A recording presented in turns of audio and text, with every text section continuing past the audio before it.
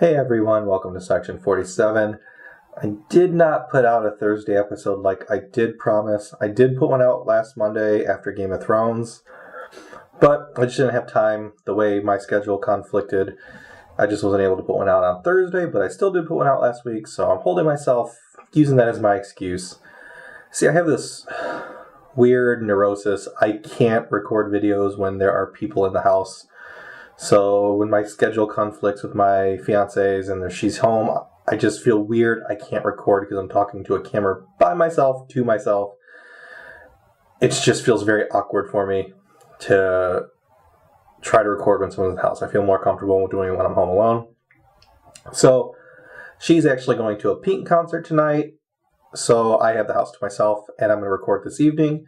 This video is going to publish on Thursday, which I believe is the 2nd of May. So today we're going to be talking about Sabrina. And I grew up watching Sabrina the Teenage Witch with Melissa Joan Hart as the titular character. And I loved it. I did. It was a great show. I enjoyed it. It was fun. I was in high school at the time. It was just a really fun show.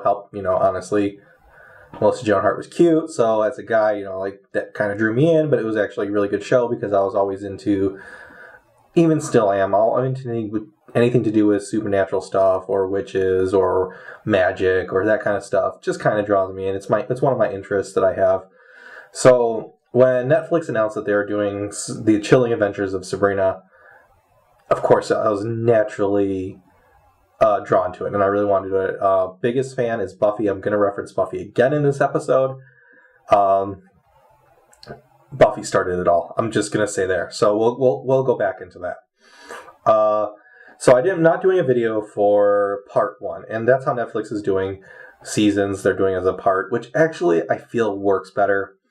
So I'm not going to do one on part 1. I'm doing part 2, but it's really not just part 2. I'm going to might reference part 1 a little bit.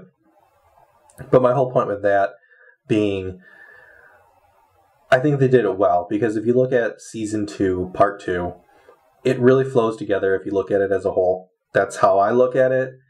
Because the way the episodes just go and they construct each other, I really feel like if you just look at it, the whole season, it's only 10 episodes.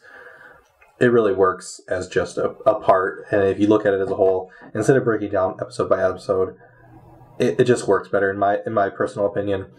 So I loved part 1 of Sabrina.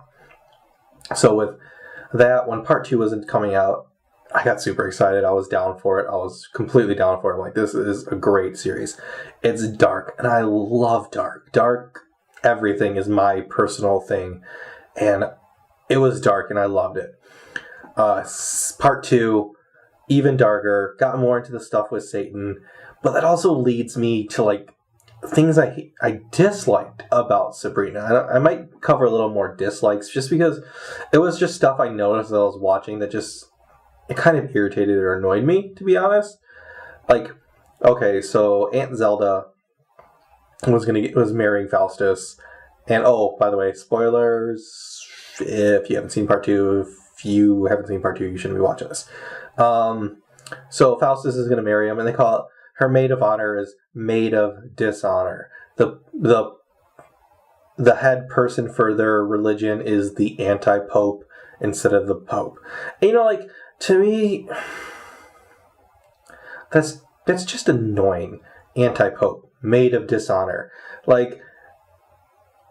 They want to call Christianity, well, at the time, I'm not going to, by the end of it, they're done with Satan. Let's just put it there. End of part 2, Satan's now in prison. They're like, oh my god, this guy's a fucktard. You know what would have been cool? If Tom Ellingson's Lucifer was the actual Lucifer in this show, and he just popped up and ladies, I don't want you to be this way. That would have been awesome. I would have loved that kind of crossover where he just came and laid the smackdown and said, everything you people are doing is not what I want. That would have been awesome in my opinion. But I digress. That's not going to happen. So going with what happened, they imprisoned Satan, all that good shit. They realized that they were wrong, in a sense, for following him. But let's go with their main beliefs. prior to, so let's say part 1 and prior to them imprisoning Satan, find out what an asshat he is. They go into it made of dishonor, anti-pope, all that good shit. Basically, they're just using everything anti-Christian and using that the exact opposites. So, like, this is where I think that they could have done better. They're claiming that Christianity is the false god. So if you're claiming that, making that claim, then you shouldn't be using anti-pope or maid of dishonor. In my opinion, use pope, use maid of honor, because that's the problem. You're claiming that they're wrong. So that means your religion was first, which is also what they they hint at it. They don't actually blatantly say it.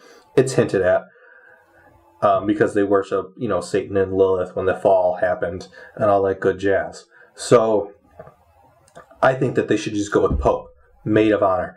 Don't use all the antis or the disses or anything like that. You need to claim it as this is our religion and Christianity is usurping it from us. So you shouldn't let them win by getting the words. You should claim it as your own and use the words. In my opinion, that's how it should have been. And that was like really what kind of irritated me. So getting back to Buffy, this isn't a short episode. This is going to be a short episode. Getting back to Buffy, we're fast forwarding to like the last less than 5 minutes of part 2. And you have Harvey Kinkle, you have Roz, that other character, I don't remember what his name is, and Sabrina, and then Nick Scratch. Well, Nick Scratch is actually now enclosed in hell because he is imprisoning Satan. Okay, fine, cool there. And it's like, they wanted a name for the group. And I don't remember what the name they said. But I would say the last couple episodes of part 2, it honestly felt like I was watching Buffy. And now, that's not a bad thing. I'm not attacking them, because I have read multiple sources from different writers, blogs, Twitters, that kind of thing. A lot of the writers nowadays, when they're looking at strong female characters, and not just strong female characters, even with supernatural stuff, they look at Buffy, and I am a huge Buffy fanboy. So I'm not saying Buffy is perfect in every single way. I'll never say that. But it is. And so Buffy, a lot of writers, they look at Buffy and what Joss Whedon did with Buffy, and they look at that as a good way to write strong female leads, which is a good thing. Buffy was amazing. And the last few episodes, I really felt like I was watching an episode of Buffy. And I swear to God, if Harvey would have said the name for the group, if they would have said Scoobies, I would have been done. Nope, I'm done. I'm over it. I will never watch an episode of Sabrina ever again if they would have said Scoobies. It would have been done for me. But they didn't. I think they said the Fright Gang or Frights. I don't remember what it was. But that's actually a bad thing that I don't remember. It wasn't memorable. But the way it ended, if it didn't get renewed, it still summed everything up nicely. It closed it all up. And I really think that would be good.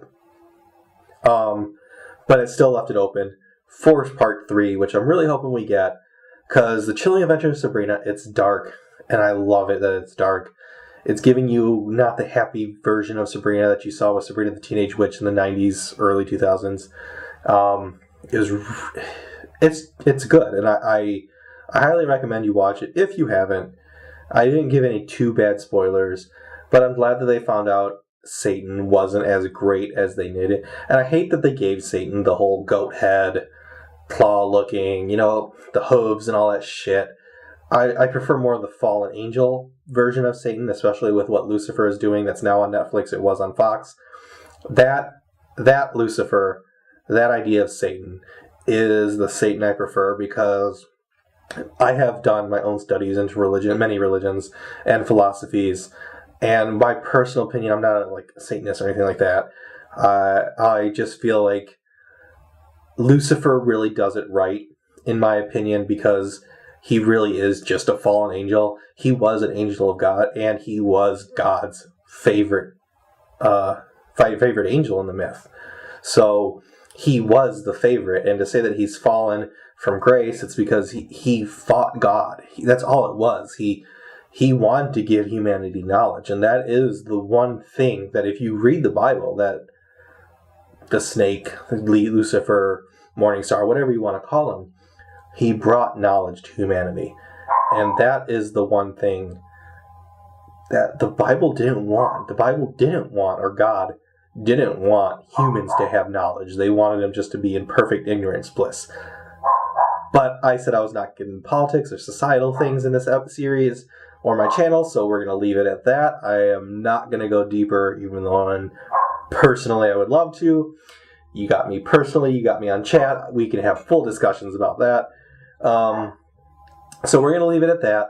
And if you have anything, let me know what you think about The Chilling Adventures of Sabrina. It's a great series. I really love it.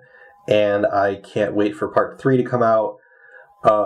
Season 8, episode 3, Game of Thrones, coming out tomorrow. So I'm recording this on Saturday.